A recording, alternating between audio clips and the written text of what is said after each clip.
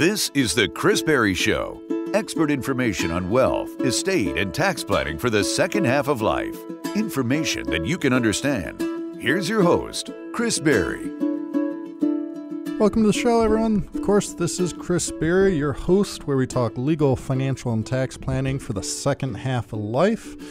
And we start every show with what I call a positive focus, something positive that happened previous week or so. And so this past week had a great time watching my kids just really develop in terms of they're playing music. My son Ryan, he's 9. He plays piano. He's been playing, I think, since he was about 5. And then my daughter, she's 7 now, and she's been playing violin for the past 2 years.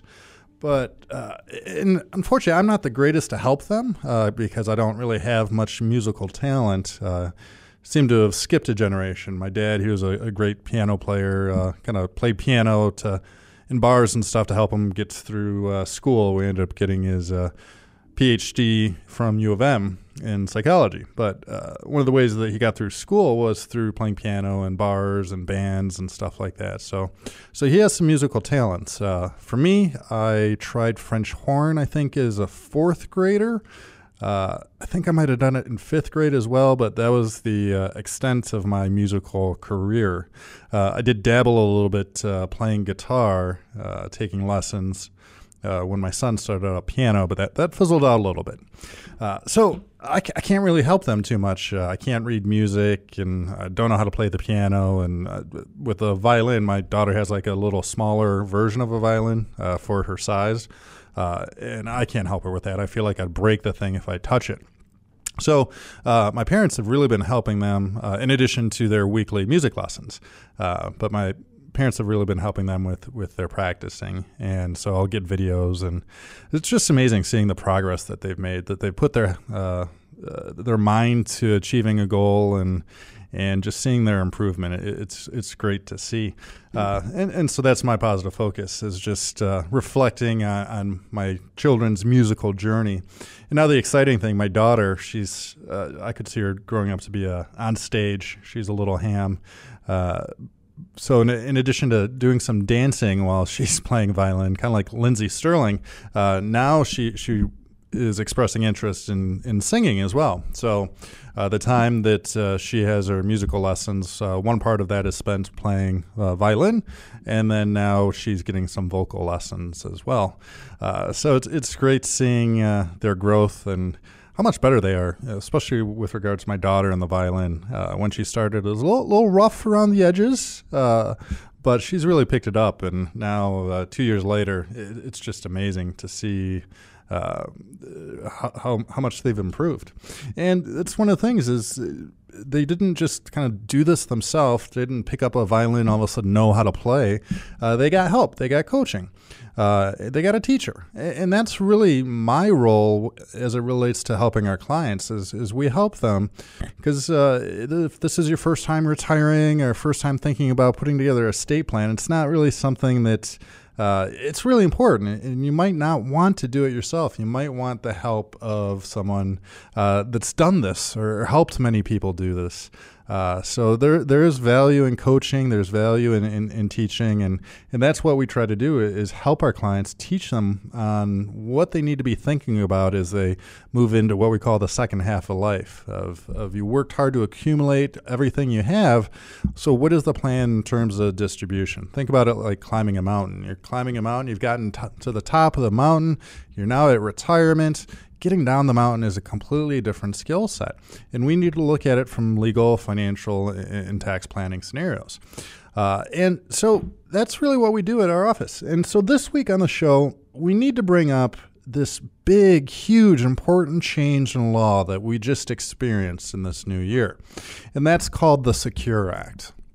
So we've been talking about the show, if you've listened, we've been talking about this show for a number of weeks, months, and in fact last year.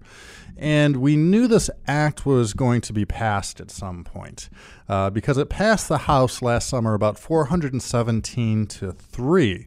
So that tells you there's bipartisan support supporting the PreSecured Act.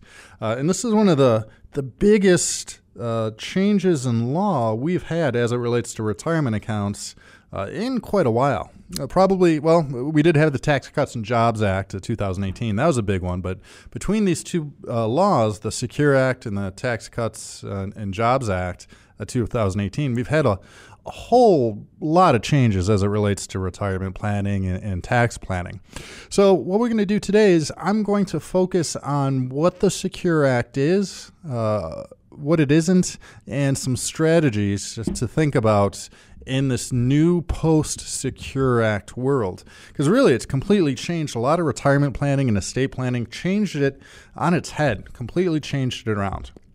And in fact, Forbes, I have an article right now at Forbes.com called The Death of the Stretch IRA, Financial Strategies to Protect Your Legacy Post-Secure Act.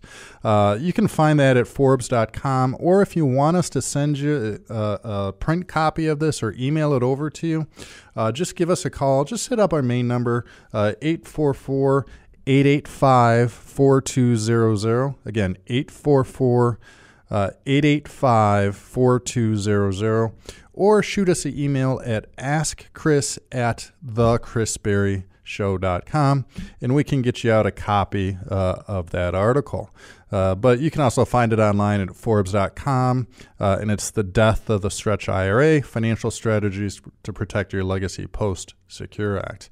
Because really, this is a wide sweeping change in law that has a dramatic effect on retirement accounts, and more specifically, how are you leaving those retirement accounts to the next generation? So let's dig into it. And if you want to see how this applies to your situation, we've done a couple workshops just specifically on the Secure Act, but we do educational workshops where we talk legal, financial, and tax planning for the second half of life, and they're free to the public, and we do them at one of our different locations, whether it's Ann Arbor, Brighton, Livonia, Novi.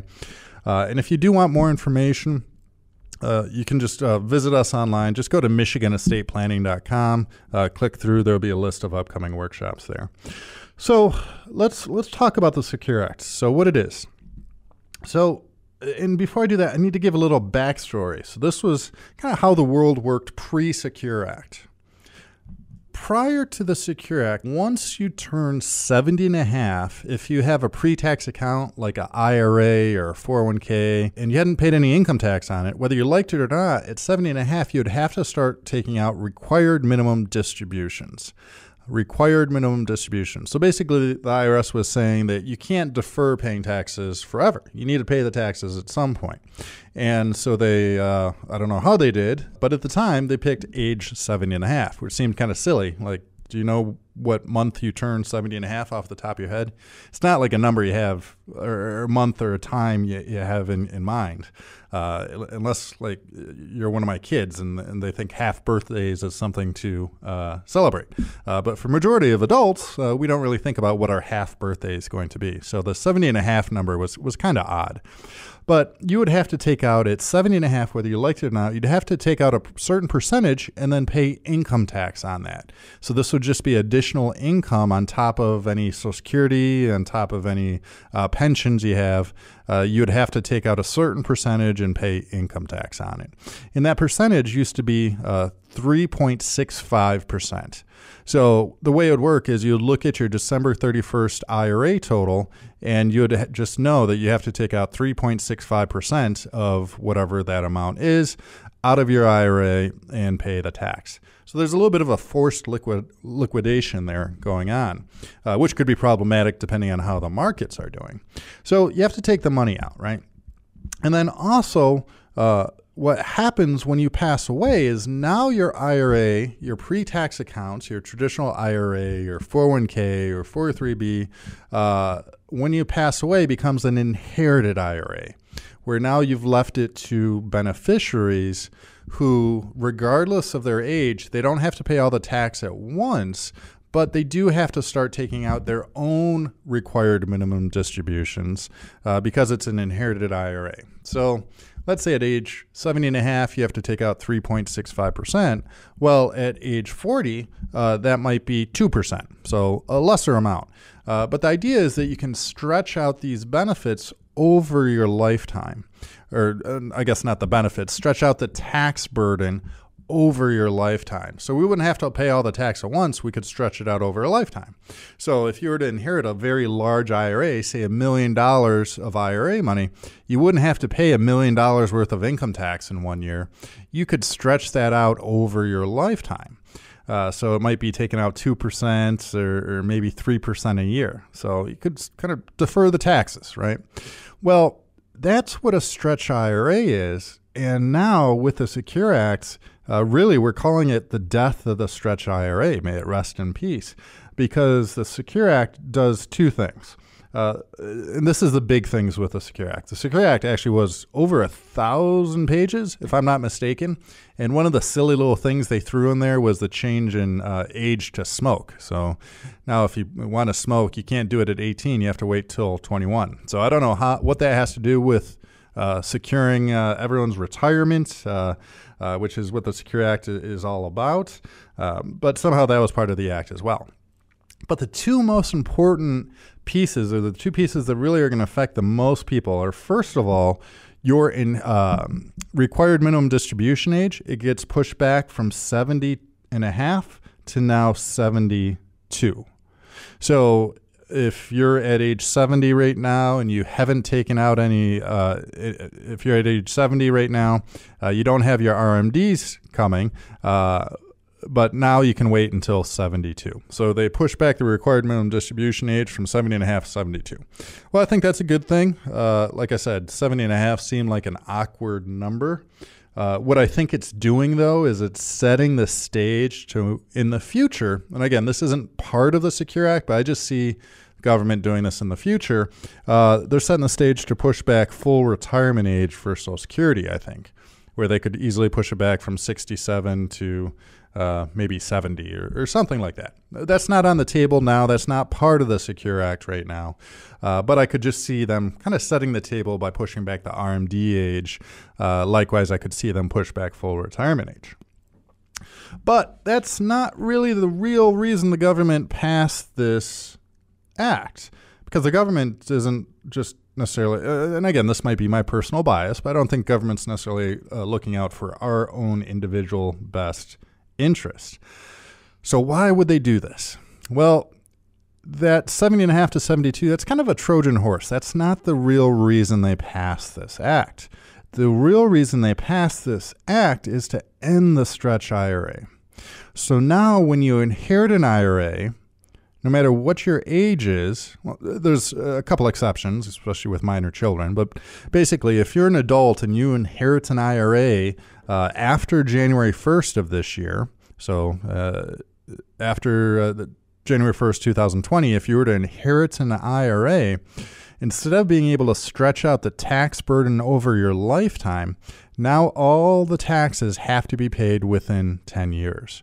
So if you are inheriting, say, $1 million IRA over the next 10 years, and you can pick and choose how you want to do this, all the income tax on that would have to be paid. So you'd have to pay $1 million worth of income tax on that inheritance because you haven't paid any income. So as you pull money out of that account, that gets poured over onto the rest of your ordinary income, which right now ordinary income rates max out at 37%. So if you're to inherit $1 million, understand you don't really have $1 million because the taxes have to be paid. Think of it as inheriting a piece of property that has a mortgage on it, right? That's basically what an IRA is you're inheriting a piece of property. It might be $1 million IRA, but you might have $370,000 worth of taxes you have to pay. So, and all those taxes now, instead of being able to be stretched out over a lifetime, all will have to be paid within 10 years. So what the government's doing here is they're compressing the range to pay the taxes, which is in the end going to raise more taxes because people cannot spread out that tax burden as much, meaning you might go from a 24% tax bracket to now if you inherit an IRA, you might jump up to 32, 35, or 37% tax, right? So it disallows that stretch. So now all that tax has to be paid within 10 years. And this is pretty ingenious on the government's part because, in fact, if I was a politician, I might suggest this as well, because you can go back to your constituents and say, hey, I didn't raise taxes technically, right? This isn't a raise. It's not raising anyone's taxes, but the net effect is it's going to most likely raise taxes for your beneficiaries, but also it's basically going to call the loan on those pre-tax accounts. So instead of being able to stretch it out over a lifetime, now all the taxes have to be paid within 10 years. And it's kind of interesting how it works. You think, is it like 1/10 a year for 10 years? The answer is no. You could not take out any RMDs for 9 years and then the 10th year pay it all in one fell swoop in the last year. So it's just stating that all of the taxes have to be paid within 10 years. It doesn't have to be equal payments or anything like that. Some years you can choose not to take out any RMDs, but the Act says that all of the taxes have to be paid within 10 years. And this has lots of different ramifications. And in our next segment, we're going to get into, okay, what does this change really mean? And what are the things that we should be looking to do in this new post-Secure Act world, especially when we are talking about leaving a legacy to the next generation? So stick with me as we continue the conversation on this wide-sweeping Secure Act legislation.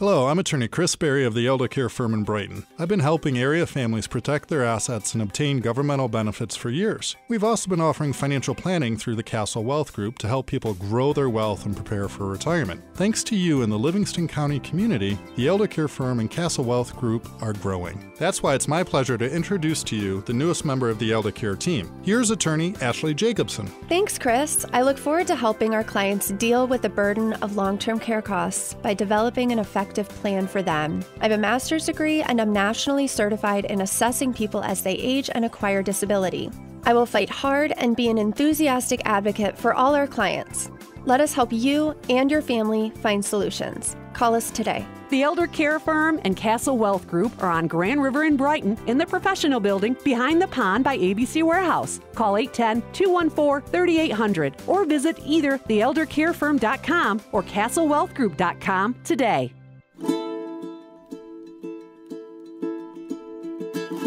So we're talking Secure Act. And again, if you want some more information, see how this applies to your situation, or even sit down for a review of your situation, now's the time to do it because the tax laws have changed. And if you have an IRA or 401k, you need to think about some other strategies, especially if you're planning on leaving any of it to the next generation. There's some things you need to start thinking about now based on this. And you couple this with the Tax Cuts and Jobs Act of 2018. Right now, from now till 2025, taxes are on sale. So it's like the universe is coming together, and this is one of the biggest, most opportune times to think about some tax-efficient strategies for retirement and legacy planning.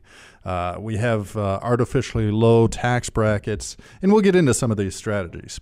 So what does the Secure Act mean? So the law passed, and the timing of this could not have been any worse. And this is just for me personally, just selfishly. Like, we knew this was going to pass at some point. We thought it was going to pass actually last summer. So we were ready for it. We knew it was coming, but then all of a sudden it didn't pass. What actually happened is Ted Cruz wanted to include some language about how 529s could be used. And you know how politicians are. They want their little piece in there as well. So it actually got held up for a little bit. And then we were expecting it to pass sometime like mid-year of 2020. So that's kind of where we had it, and in terms of our practice with our clients, it was something we were watching. but we knew it was going to be something to address in 2020. This was the end of 2019. Well, lo and behold, it was, I want to say December 20th, in kind of a surprise move, the act passed and was signed into law effective January 1st. And so I joke around that, like, selfishly it was bad timing. Well, this has sweeping effects for our clients, both from a legal perspective as well as a financial and tax perspective. Just sweeping changes. So I knew we were going to have to kind of go through this and review this with past clients and review a lot of the planning that we did. But I didn't want to do it over the holidays. So, like, I see the law pass. So December 20th, we tried to take some time off, obviously Christmas and holidays. And I want to spend some time with my family as well. But all of a sudden I see this pass. I was like, oh, the timing could not be worse. I need to make sure that the act that we thought we were going to see was what we actually did, which basically it is. B, I now need to go back to my clients and figure out which of my clients this will affect. C, I'm going to have, right away, I was getting communications from clients, emails over the holidays saying, hey, I just saw this happens. What do we need to do? D, I wanted to get some education out, put together a workshop, put together an email blast letting our clients know.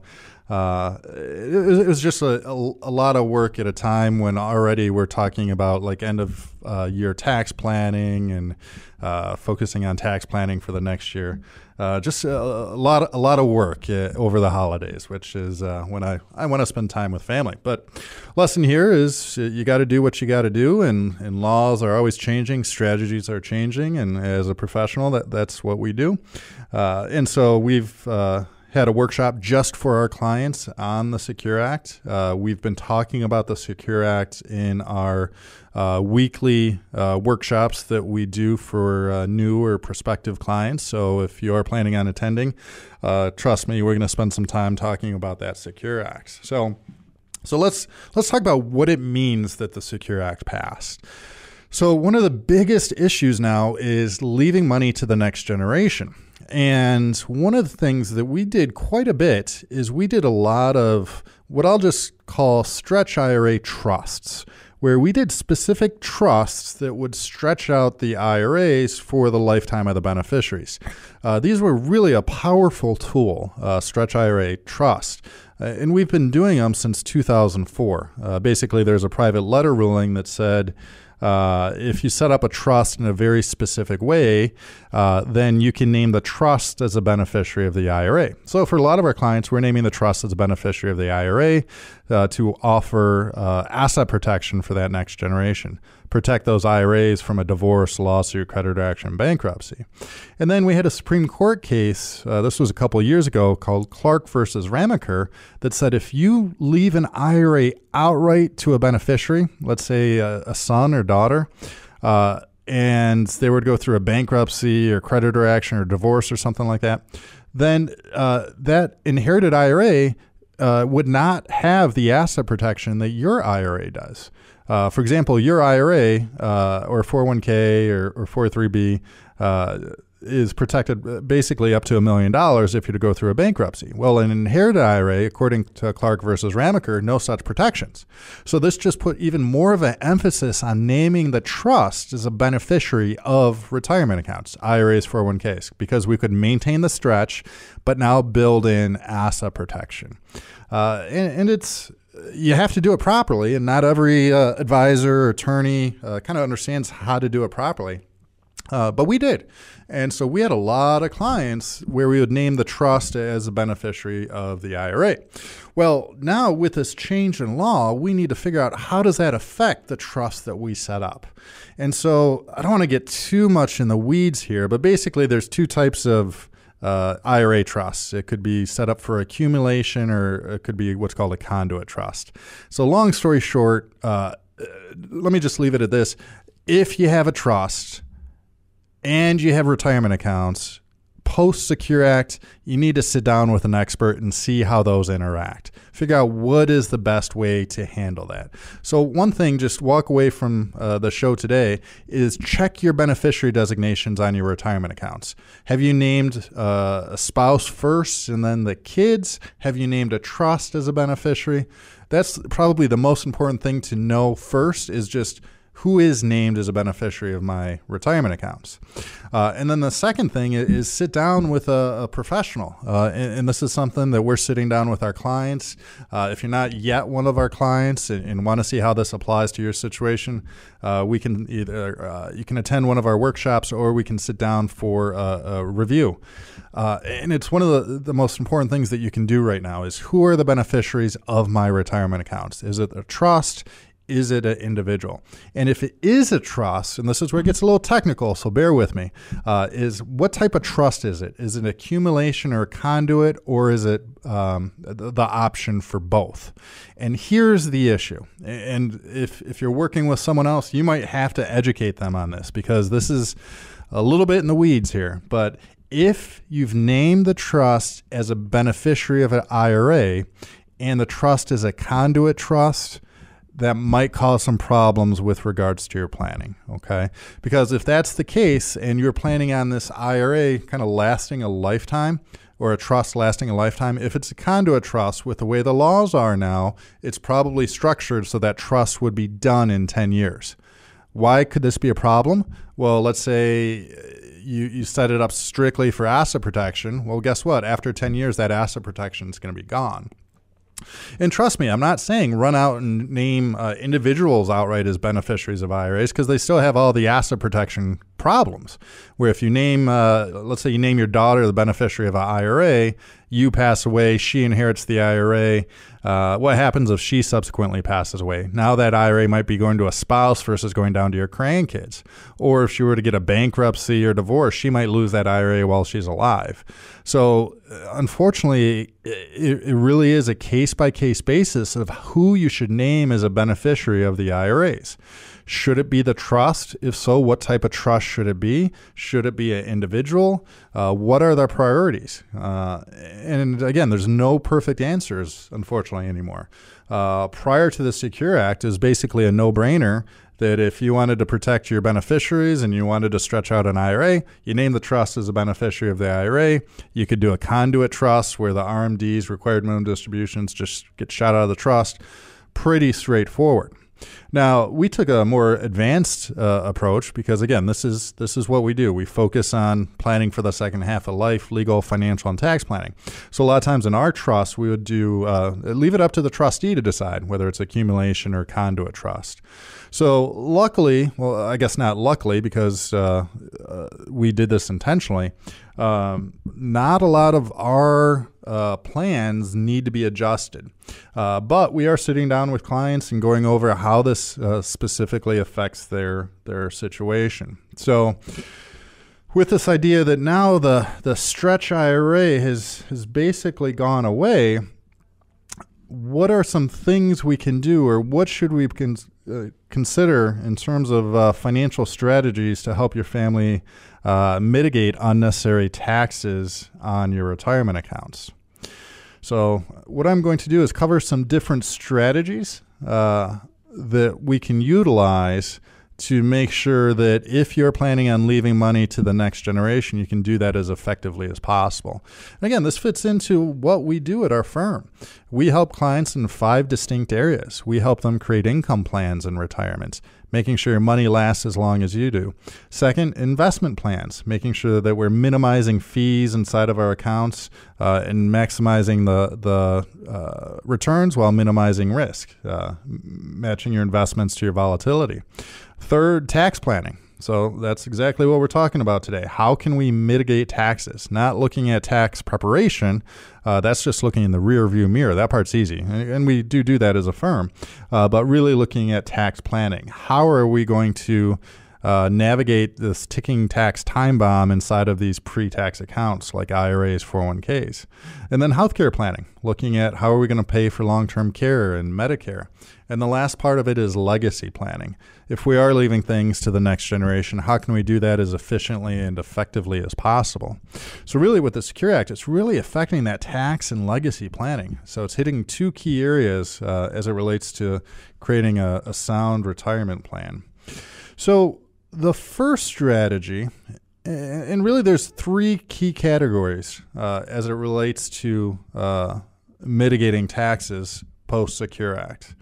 So first, we're going to talk about Roth conversions and tax bracket management.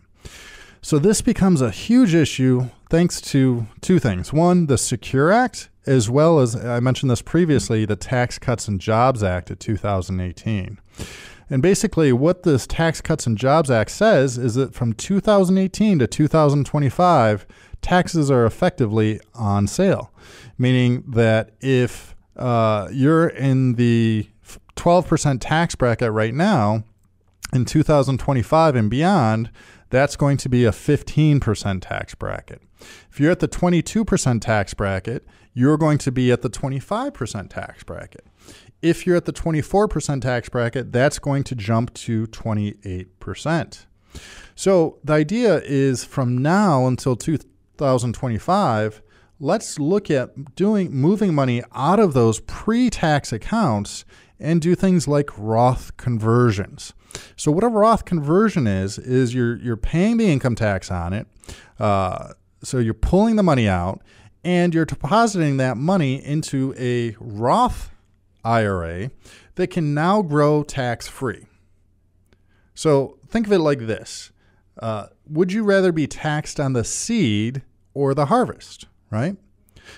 Because think about it, right now, taxes are lower and they're going to be higher in 2025.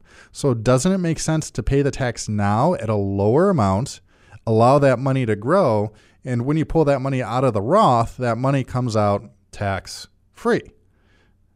So there's more to it than that, but just a very simple explanation is moving money from these pre-tax accounts, paying the tax now at these lower rates, and now leaving a Roth to the next generation. Or just for your own retirement. Like it makes good from a tax-efficient planning just for your own retirement, let alone legacy planning. Because right now, if you're to inherit an IRA, all the tax has to be paid on that within 10 years. But if you inherit a Roth, the tax has already been paid. So there's no taxable consequence. So from now to 2025, take a look at your tax bracket. Maybe you're in the middle of the 22% marginal tax rate. Let's say you're making $100,000. Well, you could pull out an additional $68,000 from your IRA, pay the tax, throw that into a Roth. Now that money can grow tax-free. Yes, you do have to pay the tax now. You can't get away from that.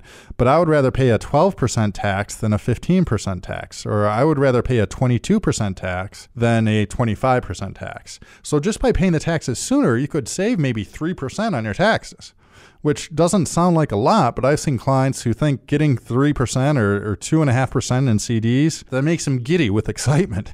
So if I can, just by handling when we pay the tax, save you 3%, that's pretty awesome. And then taking it a step further, now with the Secure Act, we need to think about doing these Roth conversions, not just for our retirement, but also if we're looking at leaving a legacy to the next generation. Because I was at a meeting workshop with Ed Slott, who's known as America's CPA. He's been on PBS. I've been in his Elite IRA Mastermind group. But I was talking with Ed Slott, and he mentioned that IRAs have just been put to the bottom of the heap in terms of estate planning. Like the last thing anyone wants to inherit is an IRA. Now, I'll take an inherited IRA. It's better than nothing. But if I was to choose any type of account or asset to inherit, whether it's a Roth or life insurance or IRAs, IRAs have just been dropped to the bottom of the barrel because of all the pre-tax issues that go along with that and the fact that the taxes have to be paid within 10 years. So we'll continue the conversation talking about some post-Secure Act strategies with regards to your retirement accounts. If you or a loved one is in need of estate planning, make sure you talk with certified elder law attorney Chris Berry from the Elder Care Firm, like Dave Marsh did from Pinckney. You hear stuff about attorneys being, crooks and whatever, I didn't know if I could find one that wasn't going to try and, stiff me. So I was really happy to find the Elder Care Firm. They were just really, really helpful. I went to that seminar, and when I would call people, I'd get calls back. They'd answer questions, and I was real happy with it all. They laid out everything it was going to cost me, and, it gave me a real good peace of mind. I would recommend them to anybody, And I don't recommend a lot of people, but I would recommend them. Hello, I'm attorney Chris Berry. I can help you develop the best plan possible. Call 810-214-3800 to schedule a free 15-minute phone consultation or to reserve your seat at our next workshop. The Elder Care Firm is here to help you and your family find solutions. Visit theeldercarefirm.com today or call 810-214-3800. All right, so we're talking about the Secure Act, and like I said, this is something we're having lots of conversations with our clients and prospective clients and referrals, where if you have a retirement account like an IRA, 401k, you really need to think about how you're going to leave that to the next generation. It gets into legacy planning, etc. So, and coupling that with the Tax Cuts and Jobs Act 2018, one of the biggest opportunities that you can take right now is looking at doing tax planning. I'm not talking about tax preparation, which going to H&R Block or even having your CPA just put together your taxes for the previous year. I'm talking about doing actual tax planning. What is your plan over the next 5 to 10 years as it relates to these pre-tax accounts? And the more money you have in an IRA, 401k, the bigger of an issue you're going to have. For example, we'll say example would be meeting with someone 73, he's widowed, has 2 children, both of them adults, both of them are doctors, high marginal tax rate already. He has about $2.6 million pre-tax. Well, prior to the Secure Act, if he were to pass away and leave all that money to his high-earning children, they could at least spread out the taxes over their lifetime. Or we could even look at leaving it to grandchildren as well, a lower tax bracket. But now with the Secure Act and having to pay all the taxes within 10 years, the kids would just get clobbered in taxes. So we need to think about some strategies to try to minimize taxes, not just for your retirement, but also if you're planning on leaving a legacy to the next generation. So we started talking about Roth conversions. And this is something that if you think taxes are going up in the future, I don't care if you're working, not working, you should at least explore the idea of figuring out where you're at in terms of your tax bracket.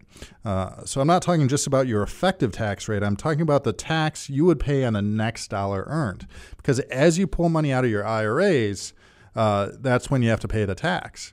And so looking at how much space is there. So let's say you're in the middle of the 22% tax bracket, which would be roughly $100,000.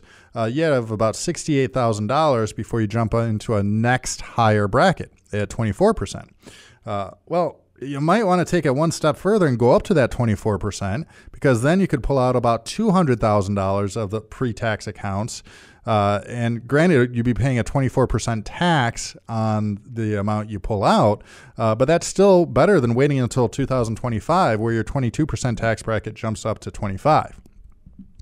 And then not only thinking about this for your retirement, but also thinking about this for the next generation as well. Because if you leave these pre-tax IRAs to the next generation, they might get clobbered in terms of taxes. So by looking at doing Roth conversion, you pay a little tax now, that's right, but you save a ton maybe in the future. And one of the things we can do is we can do an analysis where we can show what it would look like to do a Roth conversion, how much taxes you would pay, how much taxes you would save over your lifetime. And that's not only your lifetime, but also your beneficiary's lifetime as well. So that's something that's available to our clients, is looking at doing these Roth conversions. And then also, that's one way to do it is Roth conversions. That's probably the most basic, but there's 2 other strategies that we can utilize in this post-Secure Act world. The next is a charitable strategy.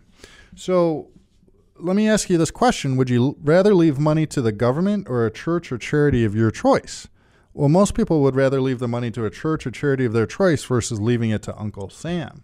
So with that, there's some different strategies that might be available to minimize taxes. For example, we could look at doing specialized trusts like charitable remainder trusts, which I don't want to get into too much detail today, but basically you could create tax-free income for your beneficiaries while they're alive, and then when they pass away, the principal would end up going to a church or charity of your choice. So that could be one strategy. Another strategy right now is with qualified charitable distributions, where if you don't need your RMDs right now, one of the things you could do is you could leave them directly to charity. This makes sense because with the standard deduction so high, a lot of people haven't been able to deduct their charitable contributions. But if you're over 70 and a half, and again, even though the Secure Act has pushed back RMDs from 70 and a half to 72, you still have to be over 70 and a half to do the qualified charitable distributions. So there's some different strategies that are available if you have some charitable inclinations. So if you are making charitable contributions, there's some things we might want to look at in terms of strategies. And then the third category of strategies, this is probably the most complex, but there's three different strategies in one here. And basically it's looking at life insurance strategies. And you might have heard the phrase buy term and invest the rest. That's great if you're just looking for a strict kind of death benefit while you're young and healthy. But what I'm talking about here is permanent life insurance. And this is something we've talked about previously on the show because, again, sometimes it may make sense from a tax perspective because the money inside of a permanent life insurance policy can grow tax-free. So here are three life insurance strategies. First, we have the Roth conversion IRA hedge strategy. And so with the IRA hedge strategy, you look to using a combination of term or permanent insurance to cover the taxes while engaging in Roth conversions over time. So the idea is figuring out like how much space you have, again, looking at that bracket bumping, how much you want to move, but instead of putting all the money into the Roth, now we're looking at some permanent and or term life insurance, depending on what the goals are. Because with permanent life insurance, more specifically index universal life, you can grow your money tax-free where without the volatility of the market, where you can put money in, and if the market goes up 10%, you might get a portion of that, say 5%. If the market goes down, you might not lose anything. So with permanent insurance, more specifically index universal life, we can generate cash value that grows tax-free, similar to a Roth. So I'm not saying put all your money into life insurance, not at all, but it might make sense to do this along with putting money into a Roth, again, hedging your bets. Because also that death benefit could double as a long-term care benefit. So something to consider is if you're concerned with long-term care, we can get some leverage because a $500,000 death benefit could be a $10,000 a month long-term care benefit. So that's the first strategy. Kind of similar to the Roth idea, but moving money not just to the Roth, but also looking at permanent life insurance. The next is what I call the IRA relocation strategy. So this strategy relocates those pre-tax IRA dollars somewhere else, typically using life insurance to create some more bang for your buck. So and this was a great strategy in the past when we had estate taxes that were at a lower exemption rate. Right now, estate taxes are basically at $11 million for a single individual, 23 for a married couple, where if you pass away with less than that amount, you don't have to worry about any estate taxes. You still have to worry about income tax on these pre-tax accounts, but you don't have to worry about an additional estate tax on top of that, thankfully enough.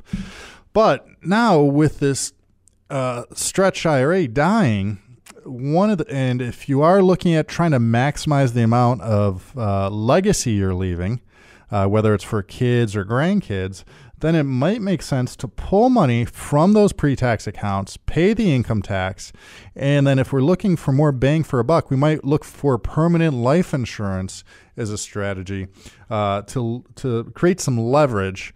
And also we might combine that with the use of specialized trusts like irrevocable life insurance trust. So now the beneficiaries will be inheriting money tax-free, and especially if it's inside of an irrevocable life insurance, it's asset protected and also protected from estate taxes if estate taxes were to come back into play. So the idea is to move the money from the IRA, pay the tax, use that to purchase life insurance that now can leave more money tax-free to the next generation, and it could be held in trust, so it could be protected from divorces, lawsuits, creditors, etc. So that's the second strategy inside of life insurance strategies. Now the third one is to use the IRA and use what we call a long-term care / death benefit strategy. And basically, inside of your IRA, let's say you have $700,000 in your IRA. And we've talked about this strategy in the past because it's a great way to create some long-term care benefits without having to purchase traditional pure long-term care insurance. You're basically leveraging pre-tax dollars to provide a potentially post-tax or a tax-free death benefit and a tax-free long-term care benefit. So let's say we have $700,000 inside of an IRA. We could pull out maybe $250,000, leaving the remaining $450,000 to invest and cover things like income and that type of thing. But that $250,000, we move it from one pocket to the other pocket. So we move it from one IRA to the other IRA using what's called the Pension Protection Act. And by us moving this money into this new IRA, so it's a trustee-to-trustee transfer, we haven't paid any income tax, well, that $250,000 now might be, based on your age and health, leverage to provide $430,000 worth of long-term care benefits. So we've turned $250,000 into $430,000 of long-term care. And now if you were to pass away peacefully in your sleep without needing that long-term care, that $250,000 that you turned into $430,000 of long-term care benefits is also a death benefit, potentially tax-free to your beneficiaries. So instead of inheriting $250,000 of pre-tax dollars, now your beneficiaries will inherit $430,000 of tax-free benefits. Because again, IRAs have been basically put to the bottom of the heap as it comes to estate planning. Where now, if you're to inherit any money, you want that money to be tax-free, or at least taxable, but you don't want it to be pre-tax, because when you pull that money out, it's taxed at your ordinary income tax rate.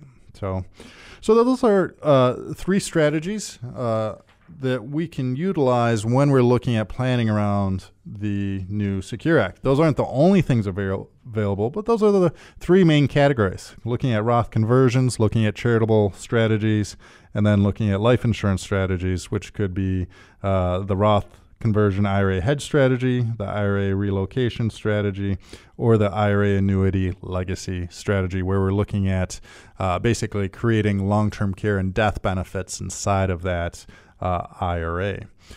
So the most important thing here is really a couple things. First of all, make sure to review your beneficiary designations.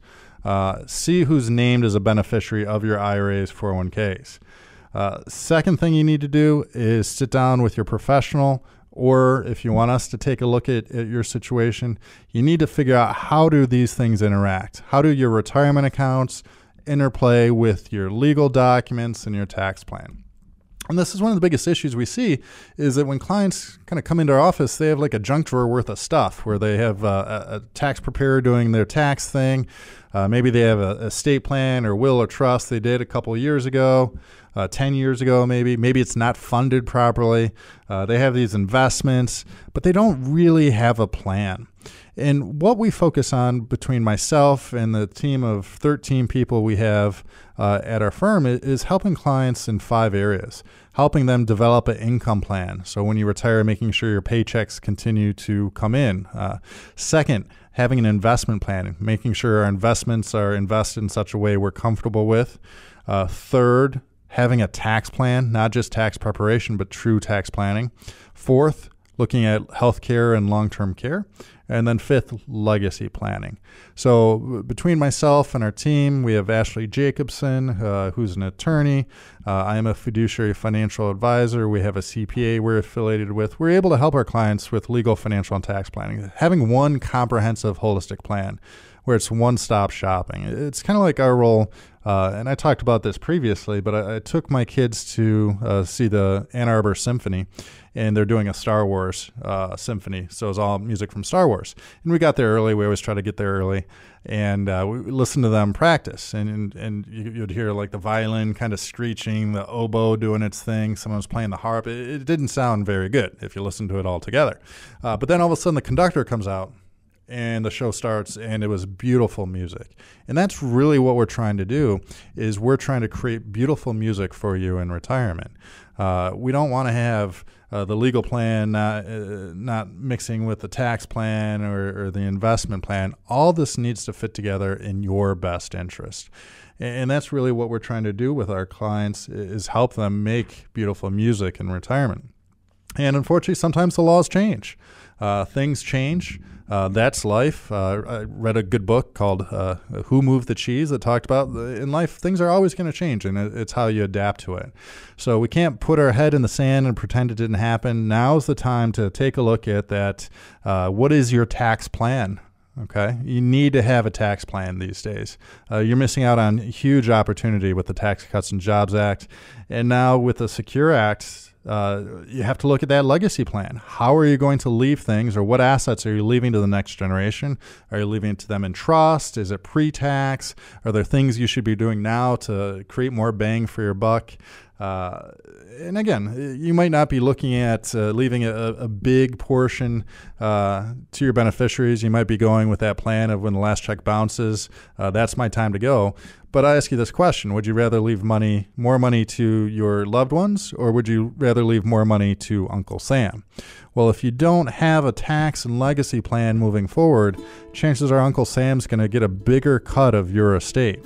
So if you'd rather cut Uncle Sam out of this as much as possible and leave it either to your loved ones or church or charity that you care about, then you need to sit down and review this. And I invite you to give us a call, 844-885-4200. Visit us online at michiganestateplanning.com. Attend one of our weekly workshops.